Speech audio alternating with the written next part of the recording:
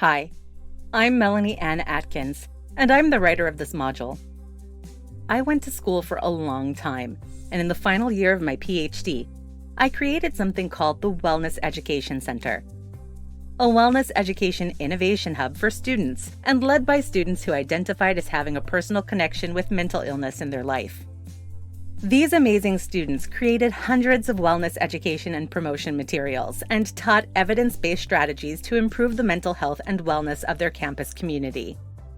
Over the years, I became known as the wellness person on campus, and one of my first e-learning projects was a mental health e-learning module just for graduate students. But I wasn't always the wellness woman on campus.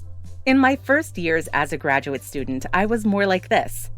As long as I made it across the finish line to achieve my academic and career-oriented goals, I didn't care what condition my body, mind, or spirit was left in.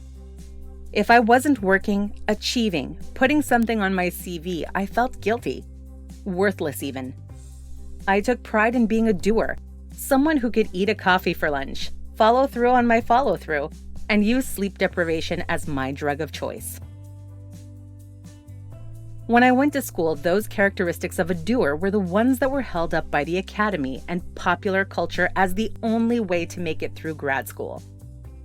If I wanted something as trivial as a good night's sleep, I was taught that it would be at the expense of every other goal I set for myself in graduate school, and that I would fail at it anyway.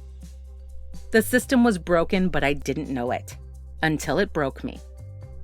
I now understand that those characteristics of a doer were actually negative coping strategies, and ignoring my symptoms of poor mental health in service of my identity as a doer landed me in the hospital. When I looked out into the future to see what academia had in store for me, I could see that academics had it even worse. Something had to change. I couldn't wait for the academy to change while I tried pursuing grad school again, so I changed my mind. I started to think about wellness as an essential skill, not some kind of luxury add-on if I felt like making time for it.